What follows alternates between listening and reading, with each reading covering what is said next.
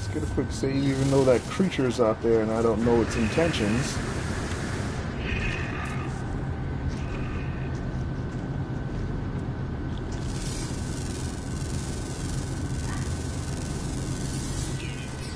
Alright.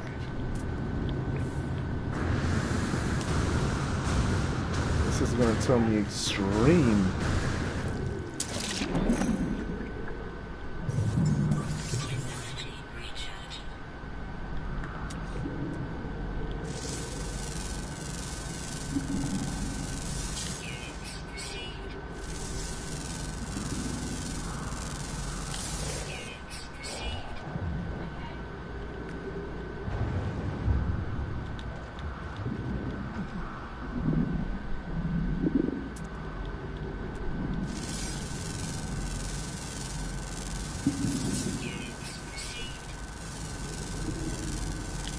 Oh, I would love to take these fish home with me. They hunt sentinels.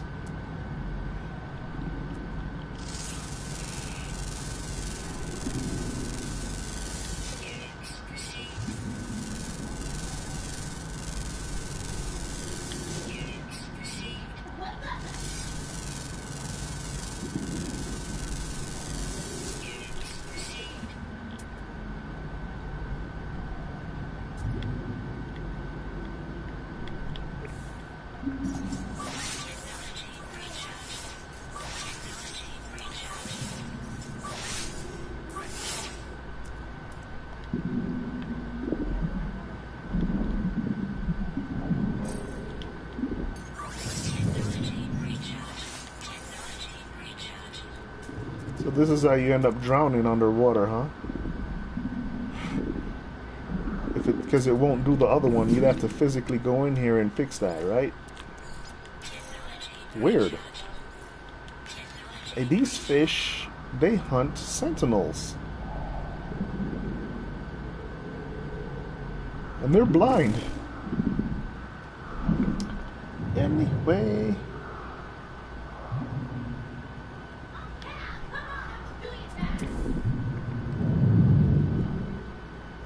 Become the hummingbird.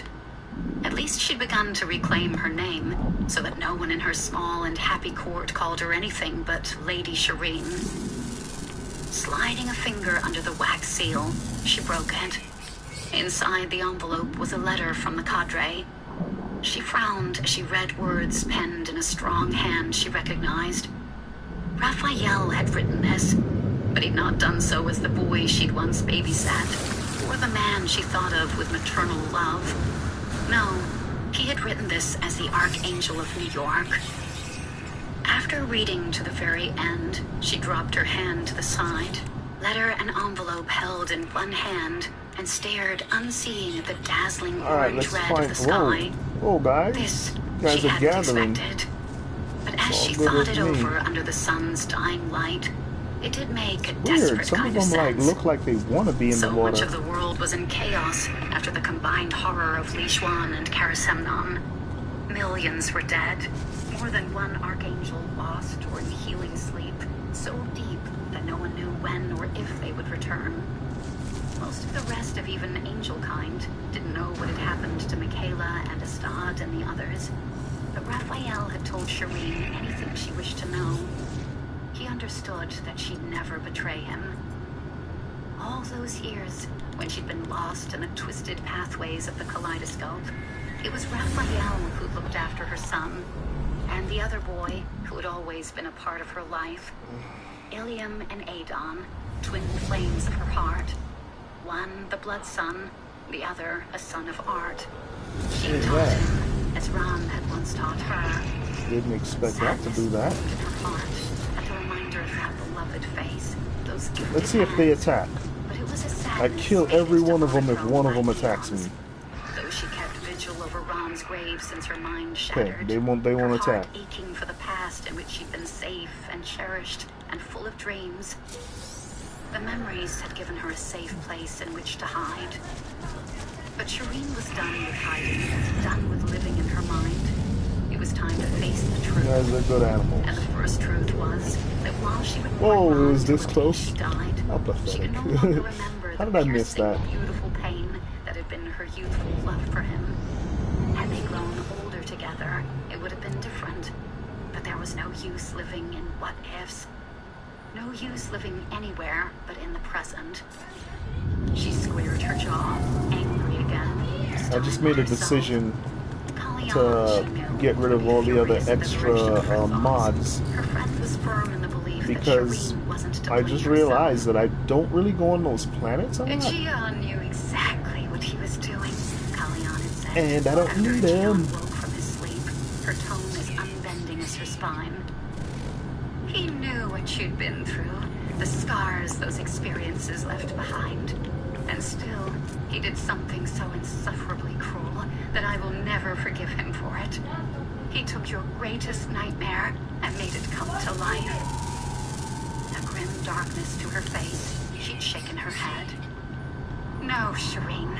Don't ever blame yourself for the fractures that created in your psyche.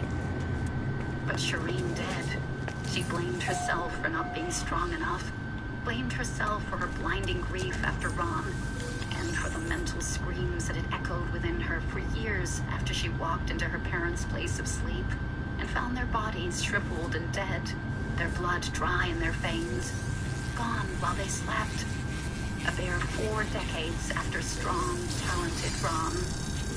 Though angels weren't meant to die except in battle, Shireen alone, of all her kind, had buried 3 people who'd closed their eyes to rest and never again woken. Lover, mother, father, all lay cold and long decayed in their graves, their voices lost from the world. It's you! A small, vicious part of her had begun to whisper in the dead of night, when all else was quiet. Everyone you love dies. No one can stand you. No one wants to be alive in a world where you exist. That is a That rough. ugly voice had taunted her and taunted her Yeah, it until is. she'd lived in terror after falling for Gian. That terror had grown by magnitudes on the birth of her son. She'd been like a glass bauble, spider-webbed What's with that over cracks there? no one could see. And in the end, Everyone wants to she'd be next to shattered the thought ocean, and huh? reason splinters at her feet. Yes, she blamed herself. It was the greatest of gifts that after all Okay, that, let's go check out her the son holographic loved her compound. still. Thinking of him, she glanced down at the letter again. We'd be proud of her if she did this. Proud of her for having the strength and the courage. And so she would. She'd let him down for far too long. It was time Ilium had reason to call her his mother with pride. The last of the sun's rays caressing her wings, she crossed the rooftop to enter the building. She then made her way to the well-appointed room, shiny with technology she didn't fully comprehend. However, she'd learned the usefulness of such things in the time since she'd stepped fully out of the kaleidoscope. Now she asked one of her loyal people to put through a call to Raphael. She took that call in the privacy of the office suite that was her own. An aged white desk with curved legs, soft fabrics on her furnishings, fresh flowers, paintings on the walls. This was a far gentler room than the one that appeared on the wall screen in front of her. Raphael's office leaned more toward glass and steel, akin to a city. She could see none of Manhattan's glittering lights in view around him. This will But what she definitely did see were be the shelves that held unique treasures, Planet B. including a feather of purest blue that struck a pang of need in her heart. Because Lady Shireen, you look tired, Raphael. Lines of strain, knotted shoulder muscles, faint shadows under the striking blue of his eyes. So many times she'd painted that blue. First in an attempt to capture the eyes of the Archangel who was her closest friend, then the eyes of Kalyan's son. Always, it took her an eternity to get the color just right. Crushed sapphires, molten cobalt, the mountain sky at noon. All this and more lived in Raphael's and in Kalyan's eyes. As an artist, the color I was haven't one of her been using greatest this because there was a challenges point and that greatest they had joys. ruined it. He thrust a hand through his hair. It'll be a long journey for all of us before we can rest. Shireen felt the urge to mother him. She wasn't certain that urge would ever pass. He'd been but a youth when Kalyan walked the path of madness. And though Shireen was a fragile creature even then, the spiderweb cracks growing year Abandoned by building year. will give me He'd been some there. nanites, but After I finding really his didn't want to broken go to an body in a abandoned building. field But it's far okay, from I'm really testing civilization, this out to see she covered him in the shade exactly of her wings, what and she brushed his tangled hair back from his face, I can and now she'd held him. Such a determined youth he'd find. been, but so very wounded inside. To see him now, strong and vibrant and loved fiercely by a woman who was everything Shireen could have ever wanted for him. Had she the imagination to consider that someone like Raphael's consort could exist? It made her heart bloom, made her believe in happiness and in changing your destiny. Kalyan had never told her son, but at Raphael's birth, some of the bitter old ones had whispered that this was a child bound for lunacy and decay, that his mother was an ancient, far too long in the tooth. So strange that such a prejudice could exist in a race of immortals, but there were always those who looked for the darkness in everything. Those same ones had whispered that Shireen was the harbinger of death. Kalyan's boy had quieted them all. He was a shining embodiment of the best of them, a critical reason why the world wasn't today drowning in blood and death. Not the only reason, however. Where is Elena? Her fingers curled into her palm at the memory of the knives she'd held under Elena's tutelage. In the park with her best friend, Sarah, and Sarah's child, Raphael said, his face lighting up in a way it never did for anyone else. We decided that we could all do with an hour away from the grim task of getting the city to rights. It shatters the spirit to see our home in ruins. Shireen could not imagine the devastation of seeing a cherished city broken and burned. But one thing she knew, Raphael's city was a place with a brave heart. It would rise again, gleaming towers of metal and glass that touched the sky, its rivers clean of the debris and gore of battle, and the scorched land rejuvenated. What will you do with your hour, my boy? She said, itching to push a wayward strand of hair away from his eye. A sudden, dazzling smile. I'm going flying with Ilium. We plan to meet Jason as he flies home. I'm surprised that you even know he's in the vicinity. Your spy master is wont to slip in and out of cities like smoke. She knew very well that Jason had been near Lumia in the months prior to the war, but she'd only discovered that after the fact. The cadre trusted her, but that didn't mean she wasn't under watch. A decision with which she had no argument. No one had watched the one before her, and evil had thrived. Simply because she had no intention of doing the same, didn't mean the next person to have this responsibility would be as trustworthy. Raphael laughed, making her smile. It reminded her so of his gleeful childhood laughter as he all but bathed in pains. I'm of the opinion that Jason allowed himself to be seen. He knows we worry about him when he is beyond our help. And so, sometimes he throws us a bone. Shaking her head at these games of the young, Shireen said, I've received your letter. Astonishing blue eyes holding her own, laughter yet lingering in them. But his words, when they came, were of an archangel. What do you say to our request, Lady Shireen? You're certain that it's me you want for this task? I am far from a warrior. Expression wry, Raphael said. Titus requires certain handling. A tug of his lips. He's a warrior and an archangel I respect beyond many others, but he does like to get his own way. Shireen interpreted that to mean certain immortals were threatening to quit the service of the Archangel of Africa. Are you saying I'm to be the go-between? She raised an eyebrow. Archangel Titus has run a successful court these many years. Shireen had never had anything to do with him, their paths simply not crossing over the years. He was millennia younger than her, for one, and her life was art, while his was the path of a warrior. But those of Lumia's forces who'd served under him spoke of the Archangel in the highest terms. I'm afraid it's gone beyond that, Raphael admitted. His people are blood loyal, but a number of warriors seconded to him from other territories have quit. His jaw was granite now. Those who don't know Titus see his current short temper as an insult, and have not the sense to understand he needs every body we can muster. Oh, now she understood. Some of the old and powerful ones expected sweet ways and delicate words, even in exigent circumstances. I'm surprised that you believe I can deal with him. Angel kind had long handled her with kid gloves, as you would a delicate and cracked vase. I mean no insult, Lady Shireen, but we have no other option. Grim words. I did a week-long stint in Africa half a month past, and it's from Titus's territory that Jason even now returns. Venom is also on his way home from Africa. Venom, Shireen recalled, was a young but powerful vampire with the eyes of a viper. You have upheld the bonds of friendship. It was beyond that. It was a duty of the cadre. Africa would have been overrun elsewise. Hands on his hips, his wings held with rigid control. Alexander crossed the border to assist at the same time. We believed 3 archangels working together might eliminate enough of the reborn that Titus and his people could then clean up the rest. But the situation is catastrophic. I've had news the infection is spreading rapidly. Lumia was isolated, but it wasn't cut off from the external world.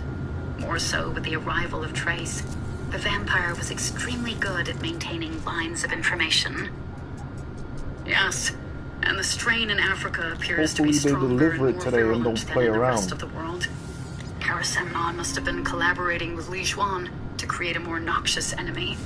It's a small mercy that strain remains confined to Africa, but it leaves Titus in an unenviable position. I guess I'm not going to find any here, but I'm going to take this back to my system. He snapped them back in. And see if I could, one I'd relocate to Africa until we'd erased the danger. But my territory is badly damaged, far worse than we initially believed. And then there are the vampires who've given in to murderous bloodlust. I must stay home, and I need my strongest people here. The other territories are in much the same position. None of which answered the question of why the cadre believed Shireen could deal with a short-tempered archangel. There were many who'd say that she'd break under such pressure. Shireen knew she wouldn't. She was too angry to break, fury a forge that was tempering her cracks into hardened scars. Kalyan had another theory. I believe your time in what you call the kaleidoscope was a desperate attempt by your mind to give you the space to heal wounds that never quite healed the first time around. If I simply show up. Who taunted you in the aftermath of your parents' deaths. They caused catastrophic damage inside you at a time when you were already a bleeding, wounded creature. Vivid blue eyes rampant with rage. Okay. Hijion's sudden reappearance really sped up your return to reality, but not by much. You were already partway home. You couldn't have run Lumia otherwise. Man, I'm not trying to hurt. I'm not here to attack. Was starting to believe Kalyan was correct in this. She couldn't have run Lumia had she remained in the fractured landscape of her mind. Her memories alone bore that out. She could detail each and every day of the past year. A few blurred edges at the start, but nothing forgotten or lost. None of that explained why she was being asked to join Titus. I don't have the powers of your 7, far less the power to take on an archangel. Raphael looked at her in a careful way. Interesting. I didn't know we'd have My mother here. once told me to look at Ilium with care if I wanted to see the root of his power. I didn't understand then, but now I ask myself from whom he inherited his fidelity, his hair, his heart, and his speed. A stirring in the back of her mind, the creaking of long buried memories. That is why Ron called me a hummingbird. It was a murmur more to herself than to Raphael, aged memories sighing to wakefulness. So fast you are, my little bird. Sunshine in your eyes, color streaked across your skin, light of feet, and the speed of a hummingbird. I could not ever catch you should you seek to fly away.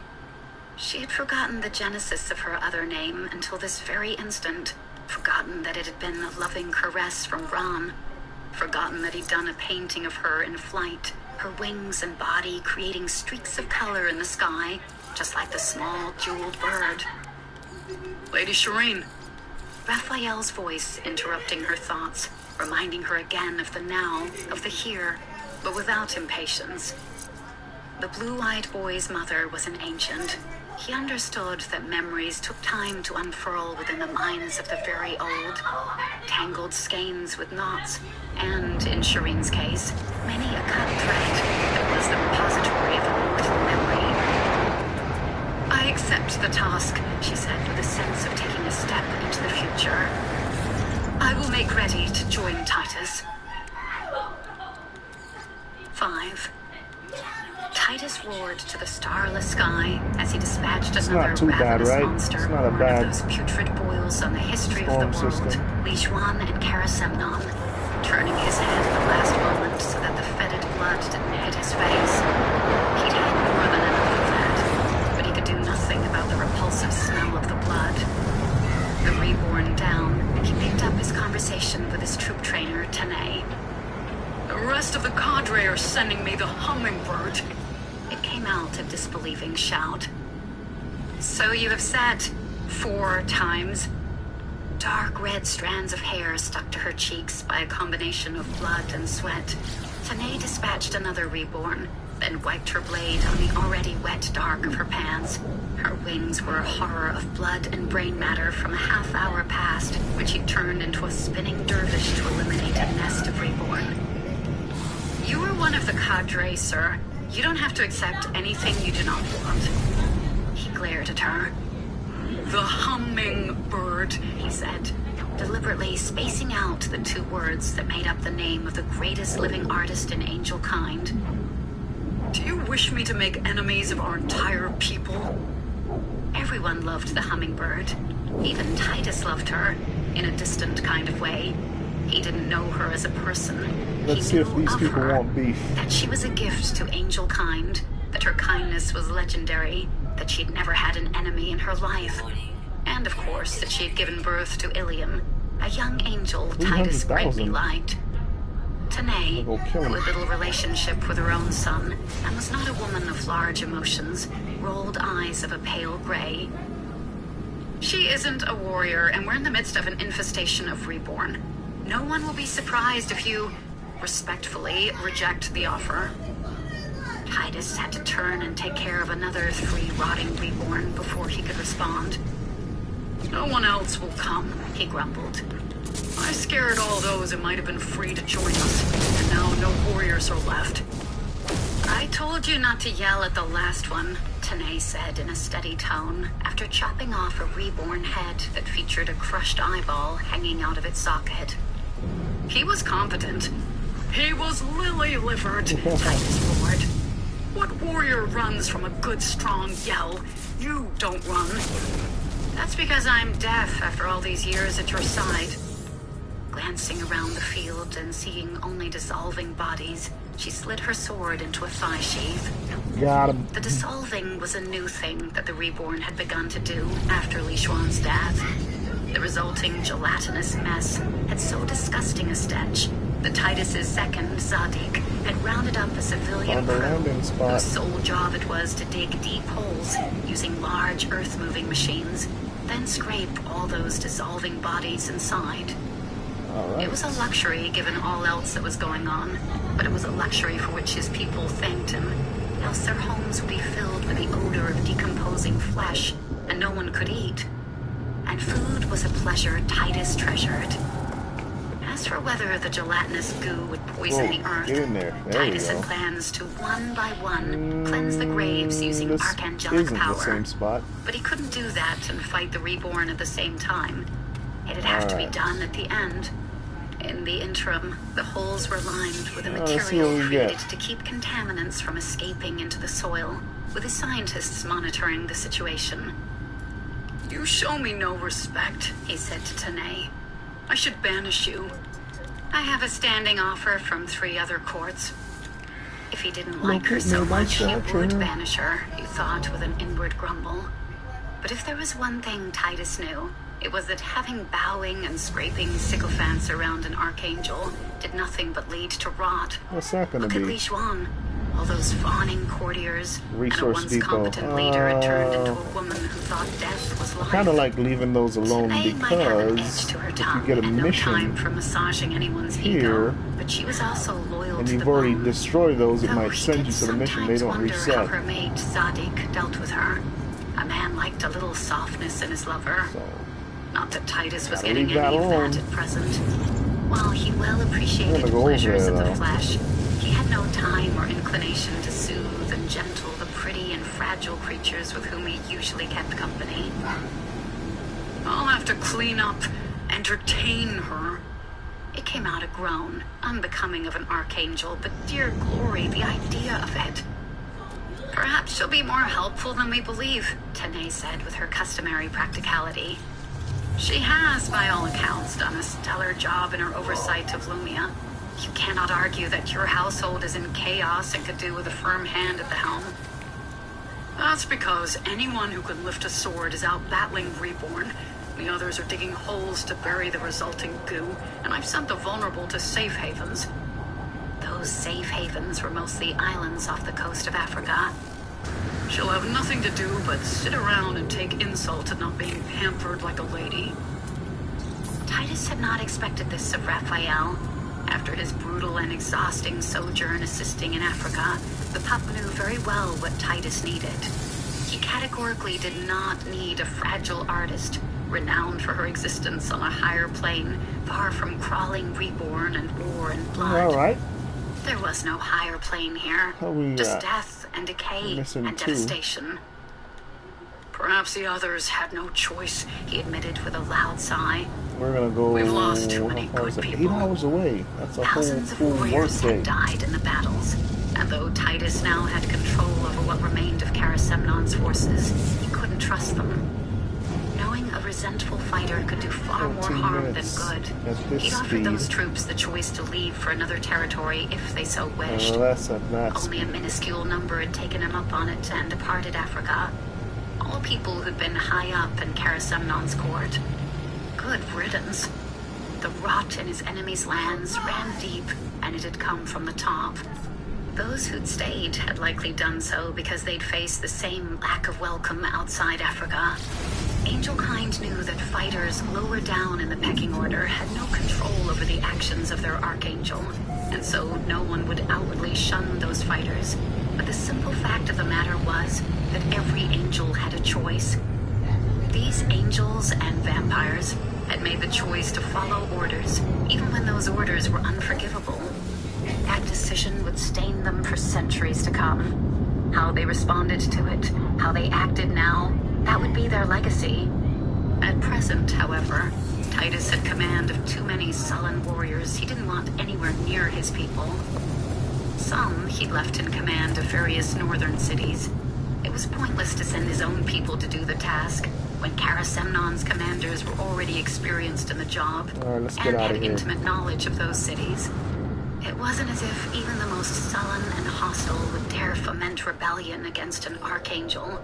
No one but the suicidal would listen to them. The worst they could do was deliberately fail in their duties as city commanders, and Titus's spy master had enough operatives scattered through the cities to ensure they'd soon hear of any such. As for any overflow of warriors, he'd asked Zadig to situate them in the more isolated guess it sections of the doesn't, huh? territory. They could be useful and clear up the doesn't. reborn They put infection it. in that area, while keeping the poison of their hate safely away from his court.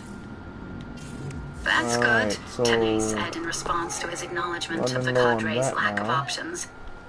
You're being Oh, positive. I didn't do Is this? that not what your sisters Okay, suggested? I gotta fix it. Titus wanted to stop and bang his head against the nearest hard surface. It was not enough that he had to deal with the vicious seeds left by a bringer of disease.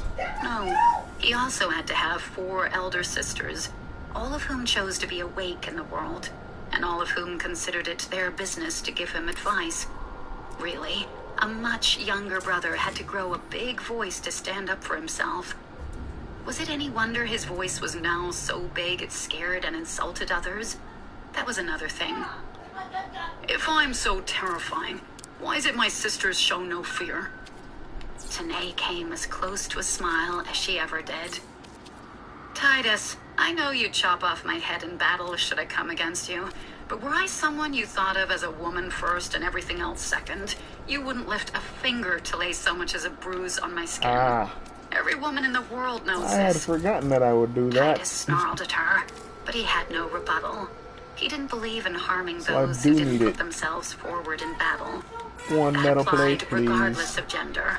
But yes, he had a special soft spot for women. But the instant a woman picked up a sword, she went from woman to warrior. A warrior was fair game. A woman was to be protected. Yet, even though two of his sisters were warriors, he didn't meet Zuri and Nala on that field. He met them as brother to sisters. Thus, much as they aggravated him, he wouldn't ever do them harm, even when they constantly sent him suggestions for battle strategy against the Reborn. As if he wasn't in his 4th millennium. As if he wasn't an archangel who just defeated another archangel. The last time around, he threatened to tell Alexander they were being lax in their duties if they continued to hound him. Surely, he'd written, you would not have so much time on your hands if you were actually doing your assigned tasks. The twins had gone silent. That would last about 5 minutes. His sisters didn't know the meaning of I had defeat. forgotten. Come, he said to Tanae.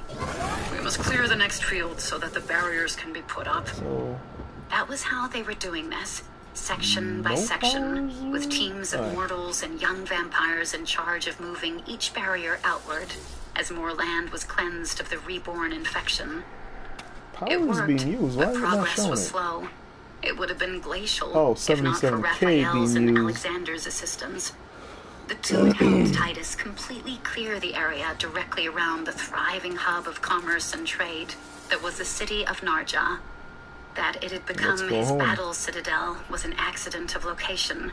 Karasemnon had been a friendly neighbor when Titus first took over as Archangel of Southern Africa, and Narja had been born naturally, a result of the trade between the two sides of Africa. The battles had come long afterward, and by then, the All people right. of Narja were of a mind Good. to I hunker hope I down don't have to in build support another. of the citadel that sat on a rise at the center of the city. It helped that the city wasn't actually right on the border, and thus protected from the worst of the fighting. Nothing could have protected it from the plague of Reborn, however. Karasemnon, that bastard son of a diseased ass, had, while acting the ally, quietly set his ground troops to shepherding the infectious creatures over the border. The Reborn had rampaged through Titus's people, a putrid wave of death and horrific resurrection. Even with Titus, Raphael, and Alexander all in play, they'd had to fight with brutal intensity to erase the threat from Narja. Whatever Karasemnon and or his megalomaniacal partner had done to the Reborn, the strain in Africa was even more vicious and virulent than in the rest of the world. These new Reborn hunted in packs and seemed to have a rudimentary intelligence that harked back to the very first Reborn Lijuan had created. Many of the creatures had learned to dig dens in which to hide during the bright hours of daylight, crawling out only at dusk to begin their attacks. And unlike the transmission rate in other parts of the world, here, as long as the victim's head hadn't been ripped off, it appeared to be 100%. To die by Reborn hands was to return Reborn. That was nowhere near the worst of it. For a vampire or mortal to be scratched or bitten by Reborn led to an ugly infection that had a 50% fatality rate. The Archangel of Death and the Archangel of Disease had created a horrific hybrid. But the ugliest improvement was why all of the dead in Titus's territory were now being cremated. These Reborn had the ability to pass on the infection to the dead, who yet had a shred of flesh on their bones.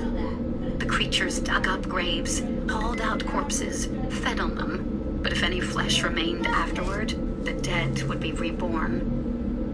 An entire village had been butchered by their just-buried war dead in the hours after Titus left the continent to fight Lijuan. Now, people across this land spent daylight hours digging up their dead, as tears streaked their faces and their hearts broke. Each body was treated with respect, but there was no choice. You were gonna do that. Their dead You had weren't to go even into there the cleansing before. cauldron of fire. Karasemnon and Li Juan must have had a plan All of to a spread sudden you this want new to strain. grow underneath. Zadig Man, had said get out of to here him with that. after they first became aware of the horror they faced. His second's clean-shaven head. I wasn't even there before. I made sure that I built it without Why do you think that plan stalled that in being a Africa? problem. We'll never know for certain, Titus had answered, his back drenched with sweat after yet another night fighting the Reborn. But if I had to lay bets, I'd say that whatever Karasemnon did to blend his disease with her death, it cost him. Disease was a gift that cut both ways. He likely couldn't maintain the projected pace. But the Archangel, formed of pestilence and vanity, had done plenty. It was all more than enough to deal with. Yet a nagging worry haunted Titus. When he'd entered Karasemnon's inner border court, after his return from New York, it was to find a number of badly decomposed bodies. No one had been inside the court buildings in the interim, both his and Karasemnon's former forces caught in a desperate battle against the Reborn. The creatures had gone berserk upon the death of their master.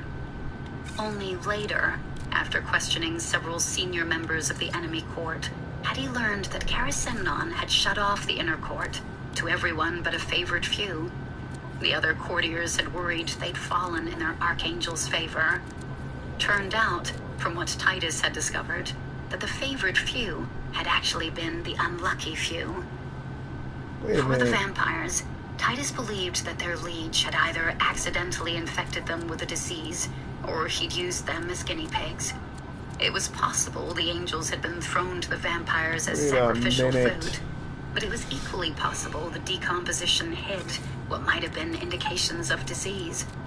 It was the latter prospect that haunted Titus, because angels weren't supposed to be vulnerable to disease. It was a law written into stone, as immutable as the wind and the sky, or it had been before Karasemnon. Then Zadig had discovered the worst thing, a slimy black-green trail along the hallway that led out of the room of the rotting dead, in a shape that couldn't be of anything but an angel. No other being in the world could have made that particular pattern. Only an angel whose wings were dragging along the stone as they clawed and crawled their way down the hall. Needless to say, Titus was handling serious and deadly problems. The hummingbird had exactly zero useful skills when it came to the grim tasks that lay ahead. He wanted to groan all over again. Did he even have anyone left on his staff who could pretty up a room for her? This was going to be an unmitigated disaster. 6.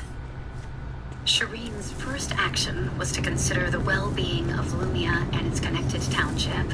To that end, she called together those of her current team who wore the mantle of leadership: Trace, Tanisha, and Farah. The most senior of the three, Tanisha, her black hair delicately braided around the front, but a halo at the back, said, "We won't flinch at maintaining the rules you've set down, Lady Shireen." Her voice was husky, her gaze resolute, and her wings a deep autumnal orange-red against skin of darkest brown. "We will allow no stain to fall on your honor." She should not have favorites, Shireen thought, but Tanisha was one of hers. A warrior through and through, but one with heart. Shireen had seen her slipping sweets into the hands of the younglings who ran after her in the streets, wanting to touch her wings, but too well taught by their parents to dare. "I have every faith in you," she reassured all three, lest they believe she was questioning their loyalty or commitment. "But we are short in number, and now you'll lose me for a time. We must have contingencies in place should the vampires in the area begin to act out." As Raphael had reminded her, bloodlust was always a threat, especially in the absence of archangelic oversight. With Elijah, the Archangel of South America, as well as Kalyan in the healing sleep of Anshara, I'm not sure what the story is trying to be. One of them, Suyin, seems like a lot of backstory right now. Add in the fact that Neha, the Archangel of India, had awakened from Anshara a bare week ago, and the cadre was stretched to the limit. As a result, powerful angels who could maintain the leash of fear were needed far more so than in the normal order of things. Shireen wasn't deadly or an enforcer, but in the time since taking up her position here, she'd learned that she had the ability to bring out the best in others, including warrior squadrons. Those squadrons held the leash for her. "We've spoken of that," Tanisha said, her glance taking in Trace and Farah. "A number of vampires from this region were called to fight and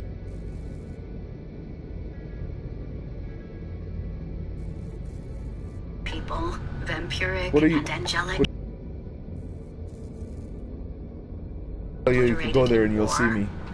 Those assigned to Lumia at the time had come to her before their You'd have to look up departure, making RokudouSen's. sure she knew she was about to lose them from Lumia's compliment and why.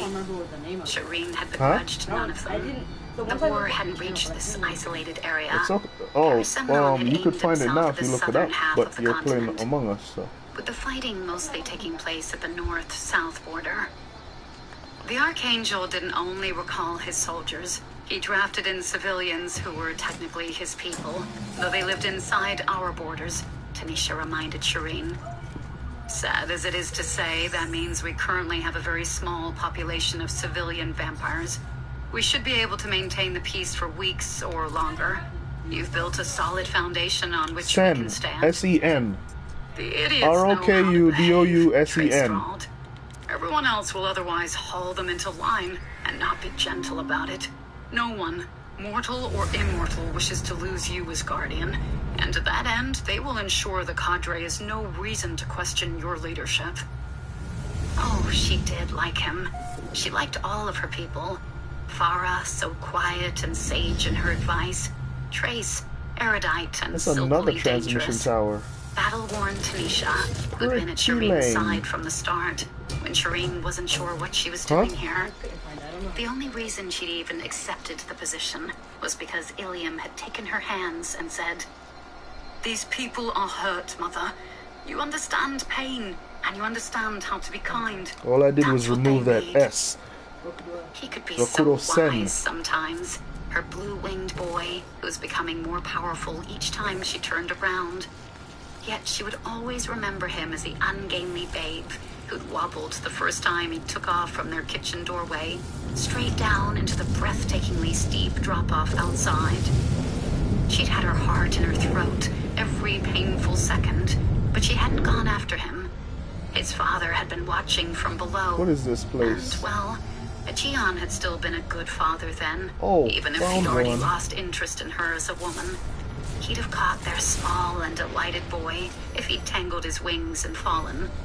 But he hadn't. This is what I was looking for. Their baby had flown. And he'd given Shireen wings when she was at her most broken, bringing her to this place where she was considered someone to come to, a person to trust. "I have confidence in your ability to handle anything that arises in my absence," how did I hit she that? told her 3 senior people, and saw their spines lengthen, their faces gain light from within. "I will prepare tonight and fly on the wing to Titus's court come morning." No. She held up a hand when Tanisha's eyes flared, her lips parting. "Raphael offered to arrange a ride in one of those flying metal contraptions, but I'm not that modern. That. There. The idea of being trapped inside a tube of metal I didn't go that far. How did I lose that flight. thing? "I also wish to make a survey of the landscape." Tanisha frowned, and Farah stepped from foot to foot. You've got to be kidding me, man. Surprisingly, it was Trace who inclined his head in defeat. "I wish you good journey, Lady Shireen." Dawn came on a caress of pink and light yellow across twilight gray skies. That's not Shireen's it. It's the one I just argued left. for sending her things overland, but Shireen had no intention of risking her people for vanity. She'd borne their distraught silence, and she made it clear she'd carry what she needed in a small pack that fit neatly between her wings. "No one is to send anything else after me."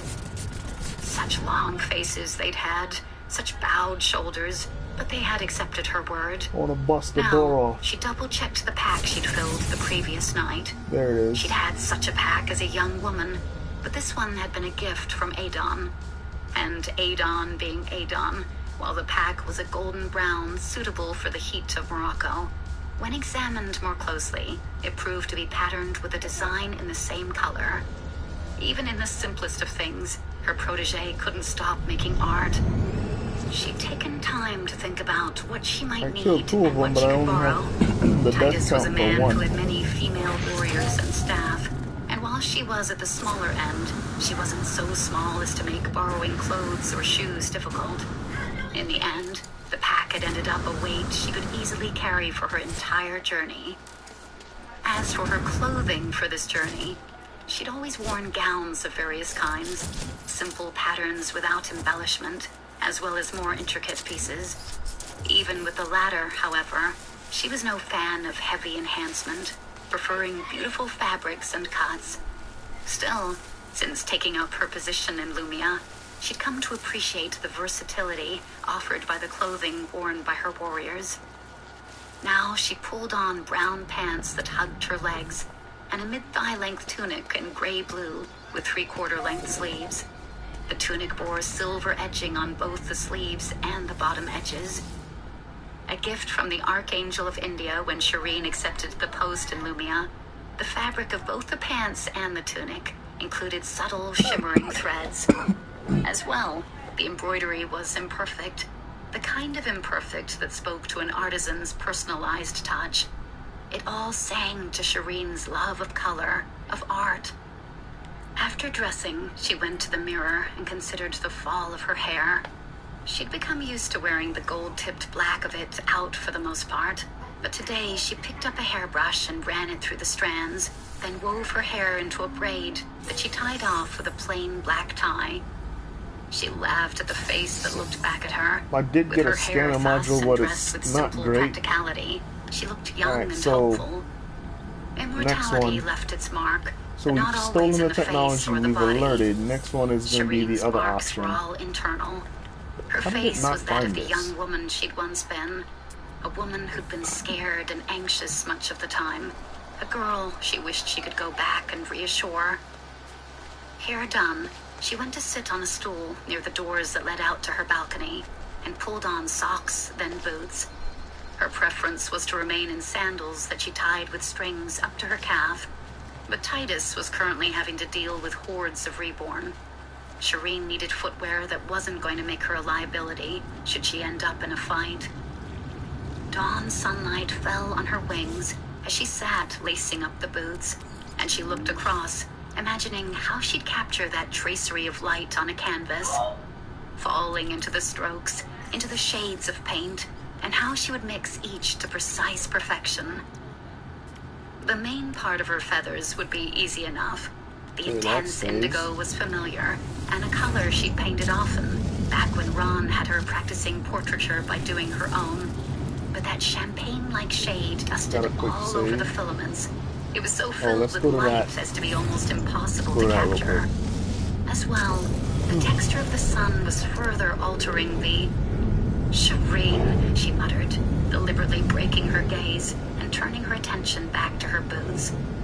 This was a truth she hadn't shared with anyone, not even Kalyan. The broken shards of herself hadn't fully healed.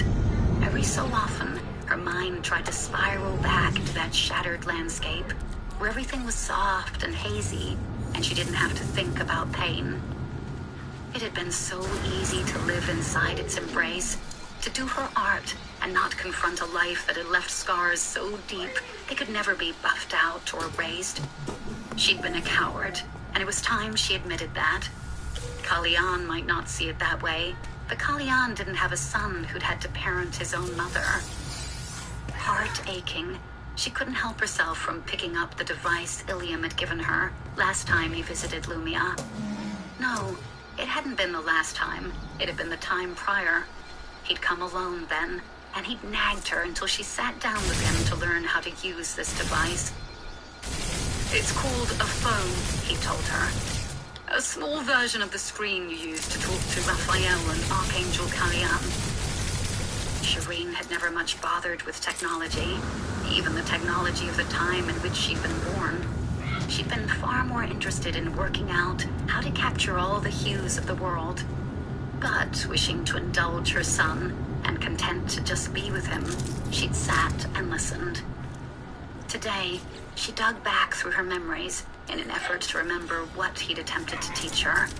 She hadn't paid enough attention at the time, still partially lost in the kaleidoscope, so her retention wasn't as sharp as usual. Alright, But let's do Shireen was this. through with giving up. Jaw set, she touched different parts of the screen, activating things until the device began to look familiar at last.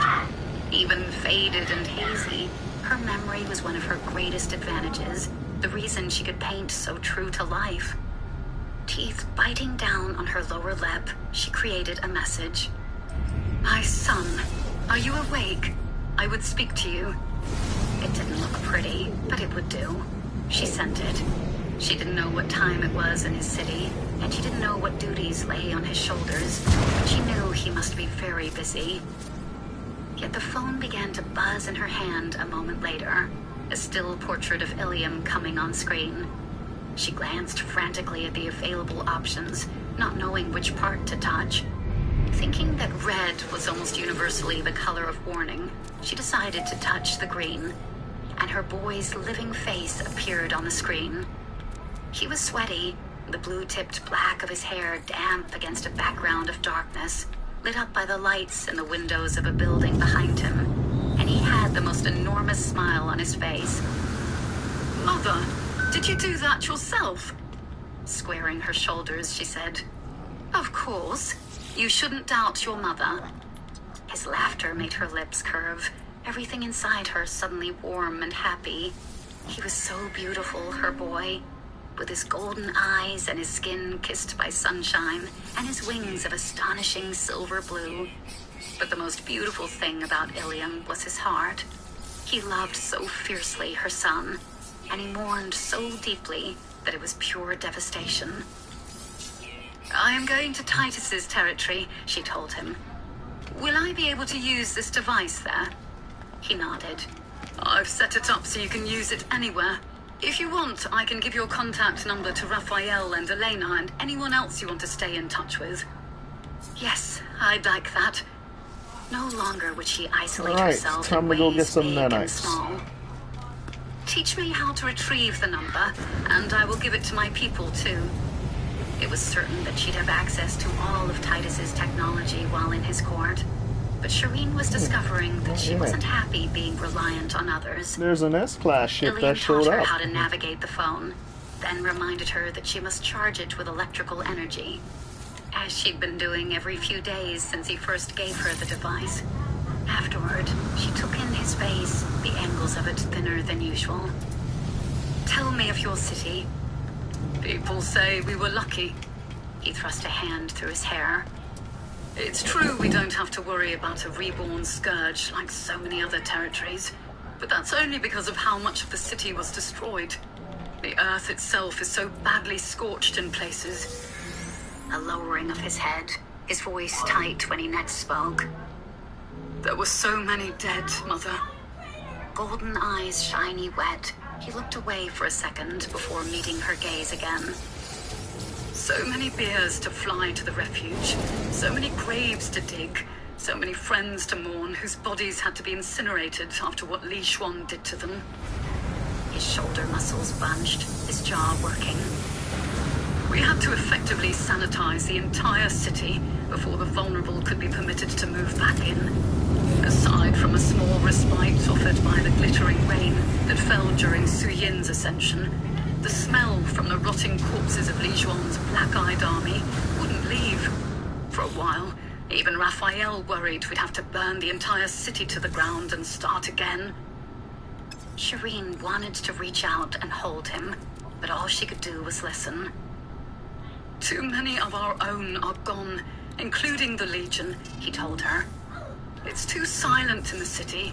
It feels strange to say that when the Legion barely spoke, but they were always around, sitting on tops of buildings like gargoyles, or flying in small groups, or just gathering on balconies. I miss them. We all miss them."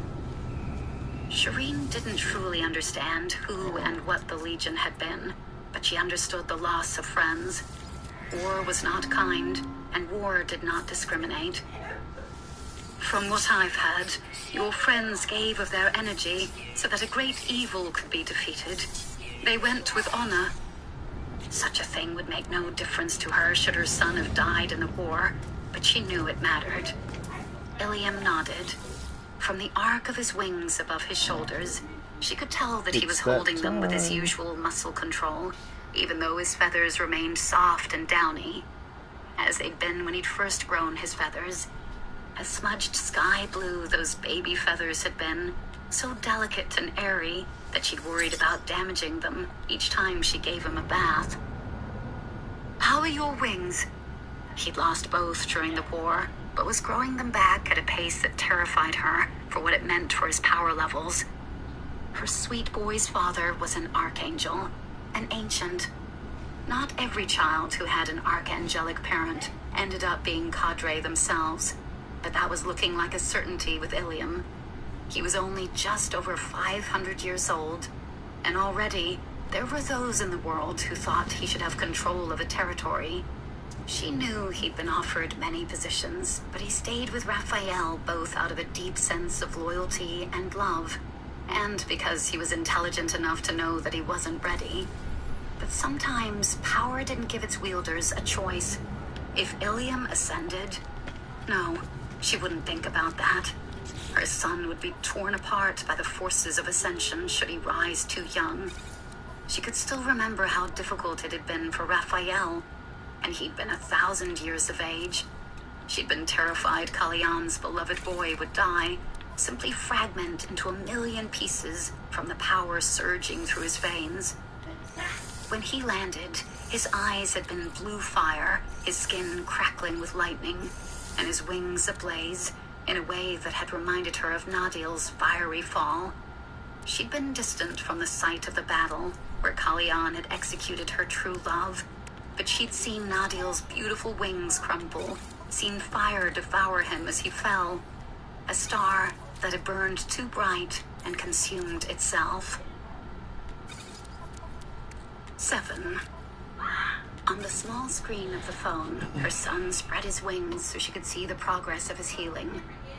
"Getting there," he said. "In the meantime, I'm working on the ground. It keeps my muscles conditioned, and it also helps with the wing strength, because I'm constantly shifting those muscles when I lift or bend or turn." They spoke of other things in the time that followed, such things as might be spoken of between a mother and her son. At one point, she said, "How is Adon?" Ilium's best friend had been so often in their house as a child that she felt entitled to maternal worry. Ilium scowled.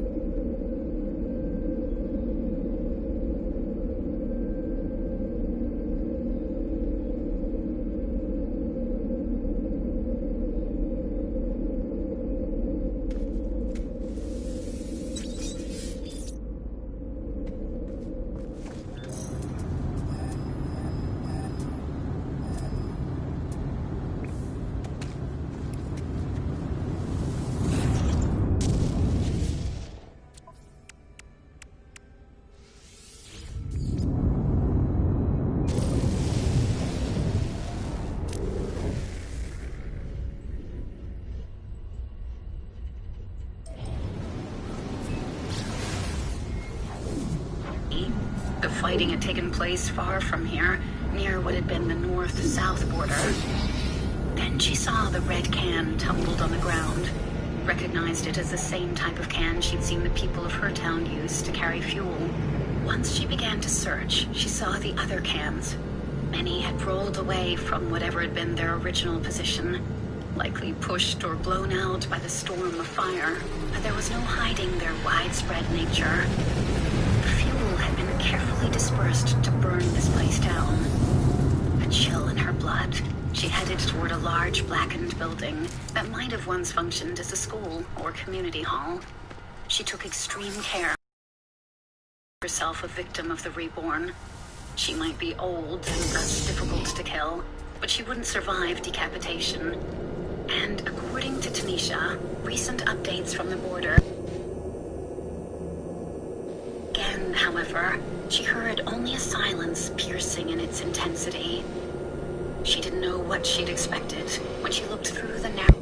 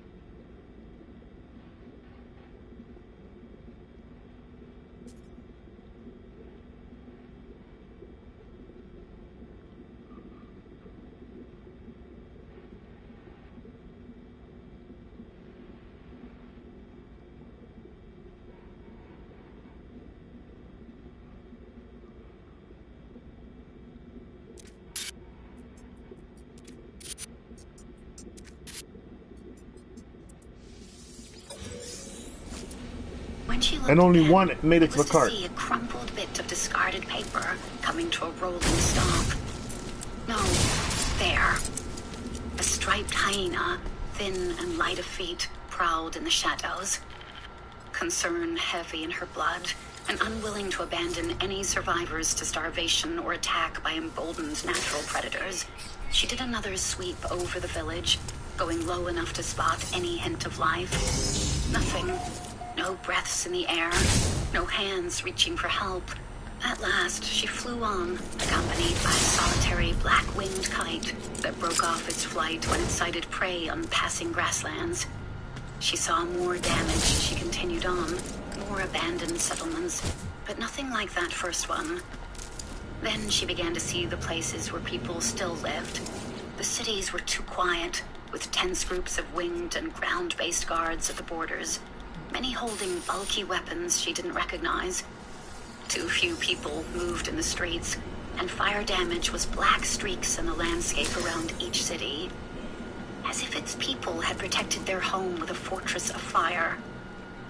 More than one guard spotted her along the way, but it was at the second city she overflew that a battle-hardened warrior with what appeared to be a badly broken arm flew up to talk to her. "Lady Hummingbird," he said on reaching her, the dark skin of his face marked by patches of pink, where his skin had either been burned or shredded by reborn claws. "The landscape is not safe."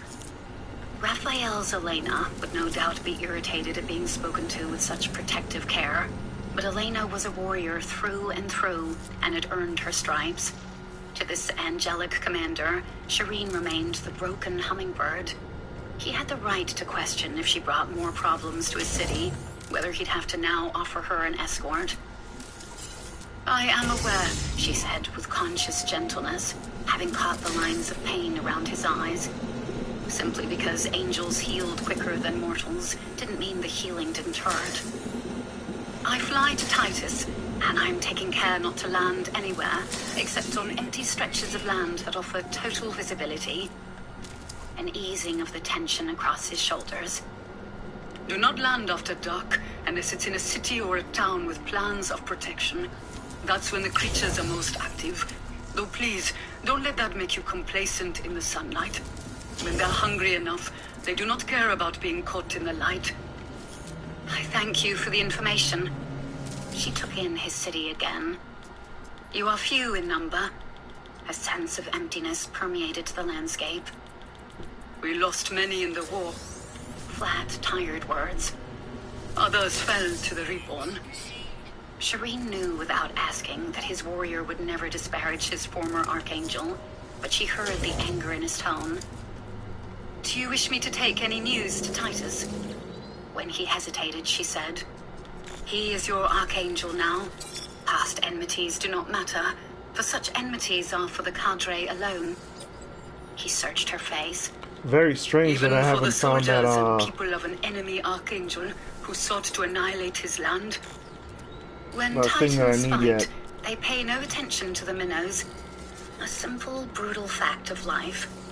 "Yes." A bow of his head before he gave her a report that she promised to pass on.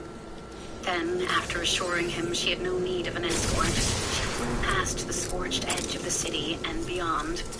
If the cities had caused her concern, the isolated rural settlements devastated. Entire houses were piles of blackened rubble, and farm fields lay barren. Vultures scavenged on the remains of dead domestic animals, while leopards prowled deadly close to a populace become weak and incapable of defending itself. The hunting cat would wait for the night hours to strike, but that it was so far outside its normal wild territory told her the reborn, with their urge to tear apart all living creatures, had done significant damage to the ecosystem. In one village, the mortals and those few vampires who hadn't been called up to battle looked up with tired eyes that widened when she changed her path and came into land.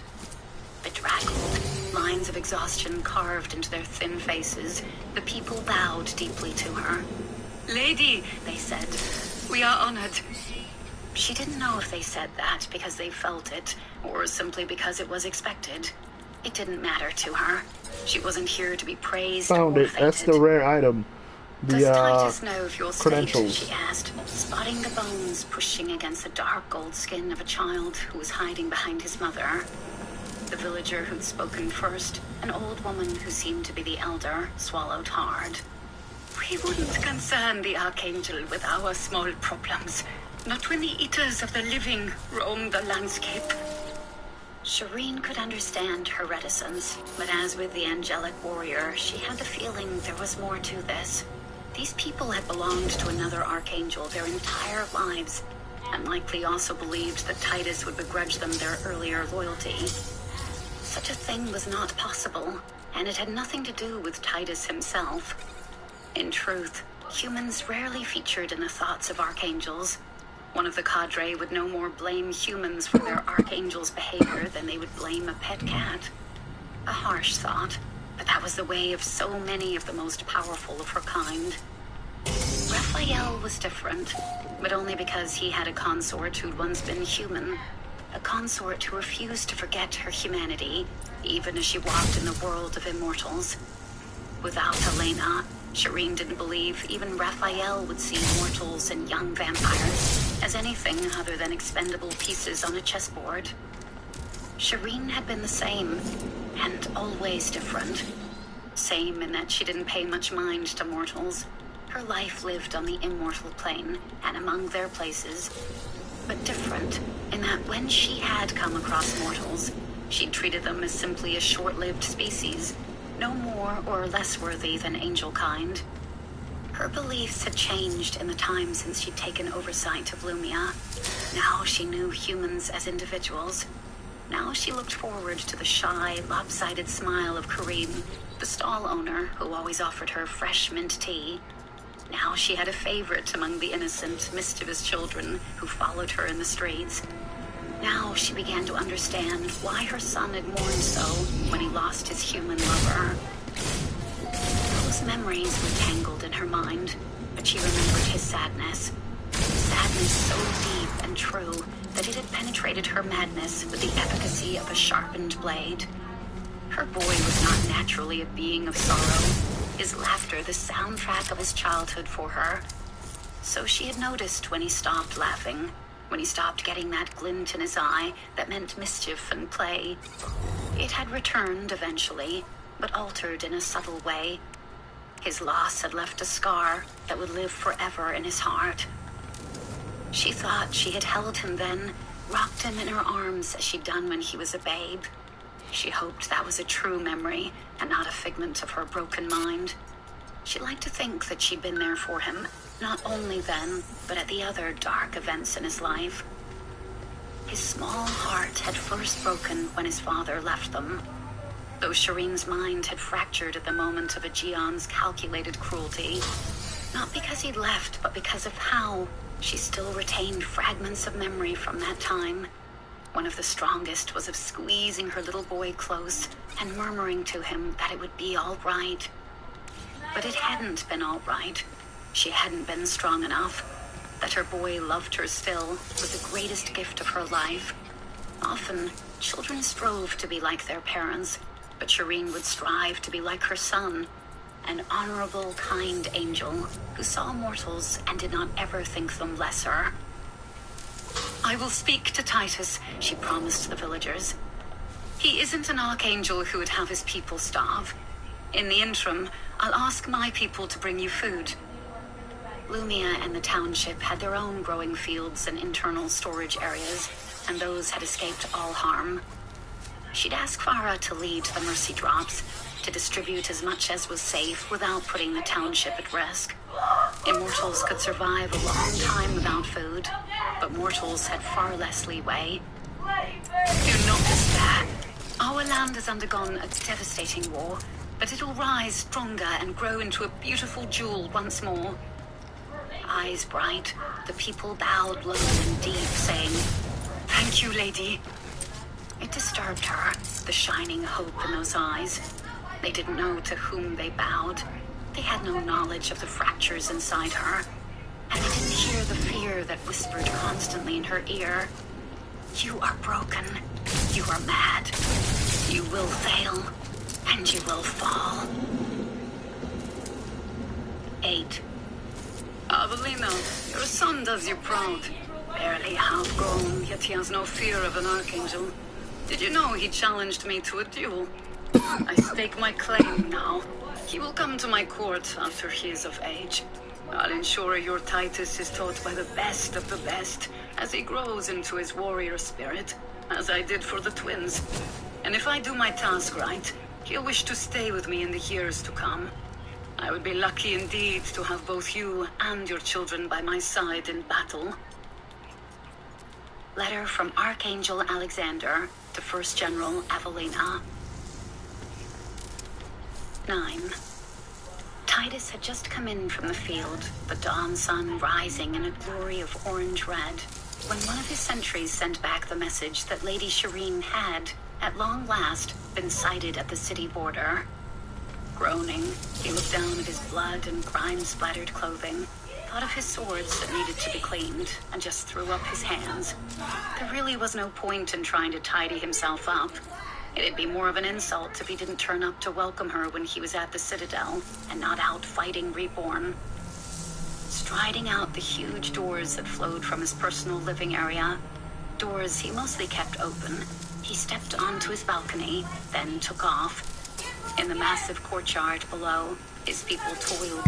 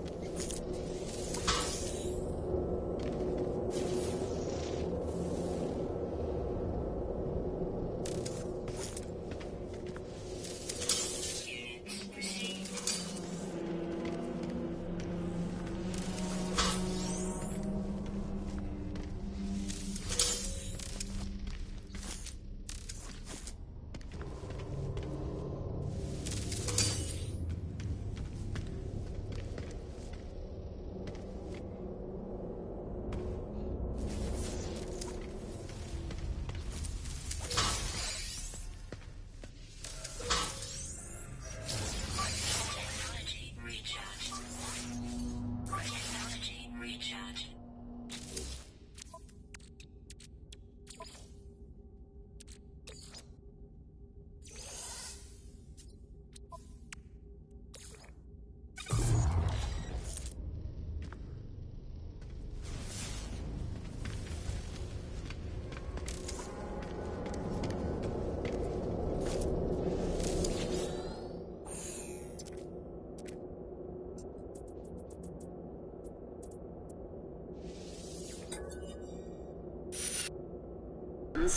Cool, calm, collected. The only significant difference was the richness of her voice, the tones filled with a depth of emotion. But strange behavior or not, it could not be an imposter. There was only one individual in all of Angelkind who possessed wings of indigo brushed with light and eyes of a shade so pale and golden that they were like captured pieces of the first rays of dawn. This was, most assuredly, the hummingbird. I haven't seen so much activity my entire flight here, she said as they flew closer to the citadel. Why is that one not showing up? Narja bustled around that fortress of stone and light, his people choosing to live close to their archangel. It was a source of pride for Titus that the people he ruled came toward him instead of going outward. Even the ones based in other parts of the territory tended to cluster around the senior angels in the area. Alright. It was quite different from the way his dead enemy's land was laid out. Karasemnon's people had not hugged close to their leadership. Anyone not able-bodied enough to help with the reborn scourge is assisting with the rebuild, Titus said with considerable pride.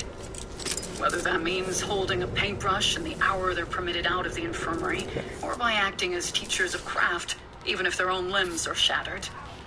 My city took considerable damage in the war, close as it is to the border. Scarlet fire burned his blood at the memory of how he permitted Karasemnon. I have no idea why they're yelling. His snake of an They're playing Among Us. I didn't. Look, I'm not an Among Us player. It looks like a cool game. But it was all the satisfaction. But I didn't know it involved this much yelling. I didn't realize your city I think had they're so only much yelling glass because and they're steel. playing It together. reminds me of my son's home, but for the lack of towers that scrape the sky. Arja stands up against any of New York's temptations, he said, chest puffing up. We boast far more green spaces, for one, and as for the towers, that's a consequence of being a border city. The higher the building, the bigger the target. As a result, the city's buildings were constructed to not provide easy sightlines to the enemy, as the roads were designed to be confusing to the eye. Begun to droop. My only regret is that you do not see my city in its full glory. He had physically helped build the citadel that was the center of it, had even dug a garden or two that would normally be brilliant with color. It's a place with heart, that I can tell regardless. Angling her body Looks to like I take got in it all. another part of his city, she said. I'm about to Are be you out aware of that your here. ability to move the earth has created massive cracks in the earth that continue to creep farther inward? At one village, I was told that the gorge approaching them has advanced by half a foot per day. Such a speed has them scrambling to relocate. He scowled, for he didn't like to think of mortals afraid and alone because of the outcome of an immortal war. It was brutal reality when archangels fought, but he'd never been at Here we peace with go, such we a are consequence. done. His Lunch mother had just taught him came, that the strong so- protected the weak. My scholars have been studying the advance, and they tell me it should stop soon, as the energy in the earth runs out. His cascade power to cause earth tremors had helped him defeat his enemy. But as with all archangelic gifts to be born out of that unpredictable confluence of time and power, it had more than one facet. He'd been uncertain that he retained the Alright, ability, gonna but go the eat some cascade lunch. ended with a sudden Thank you for finality, stopping by. taking with it We will much talk of soon. what it had